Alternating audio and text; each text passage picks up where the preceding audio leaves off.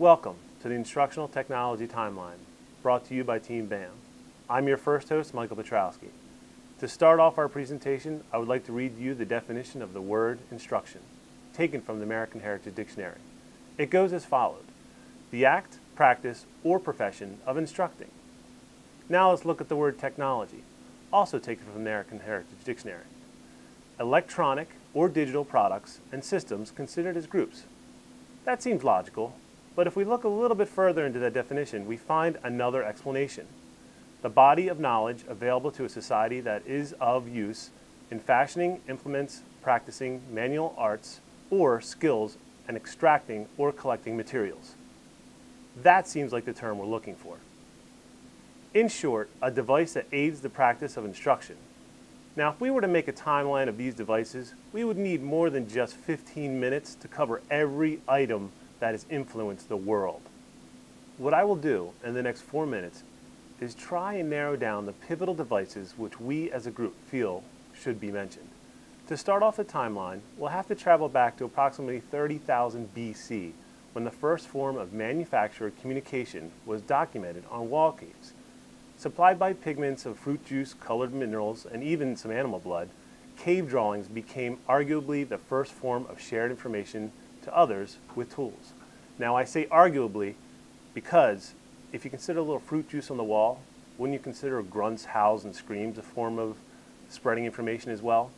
Anyway, from that moment, the progress of instructional technology throughout the world took enormous leaps, such as somewhere in the span of 1400 BC, China started gathering the bark of mulberry trees and assorted grasses, boiled them until they became pulp-like substance, and then spread that material out until it dried, developing the first form of paper. China would also develop their own printing system soon after. This involved text that would be carved out of wood blocks, rolled in ink, and then placed on paper. These advancements in technology would assist with the process of duplicating the written word. Near 1439, a German by the name of Johann Gutenberg revolutionized the future of how the written word would be spread to the masses by developing the printing press. The printing press allowed movable type instead of permanent wooden blocks. It would also lend a hand in the establishment of thousands of newspapers and publications of the Bible due to the less strenuous process of handwriting each page.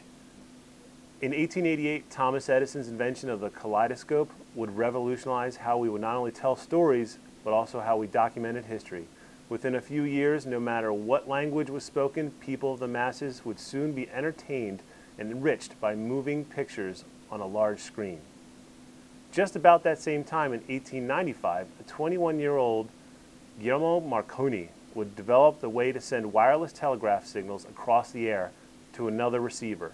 By 1920, Lee DeForest had helped America start broadcasting radio stations by developing the Audion tube, now allowing immigrants the ability to learn English, stay current with politics, religion, and even music.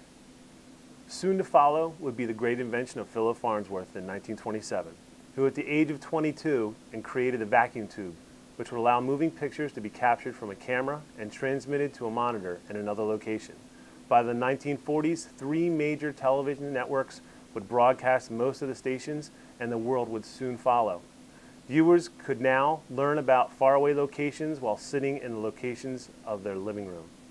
Although Farnsworth would never really be remembered for the programming, his creation sparked an entirely new field of information delivery. Now comes the next biggest arguable first in its field, the first computer. To save time and not argue over the first computer with RAM, first transistor computer, or electronic programmable computer, let's just move to the first personal computer, which was released in 1975 by Ed Roberts, called the Altair 1800.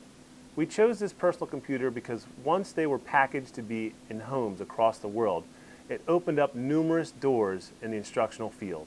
Roberts actually coined the phrase personal computer. Unfortunately, he passed away at the age of 68 and wouldn't see how far we've come from the creation of his brainchild. From here, the possibilities of this device became endless.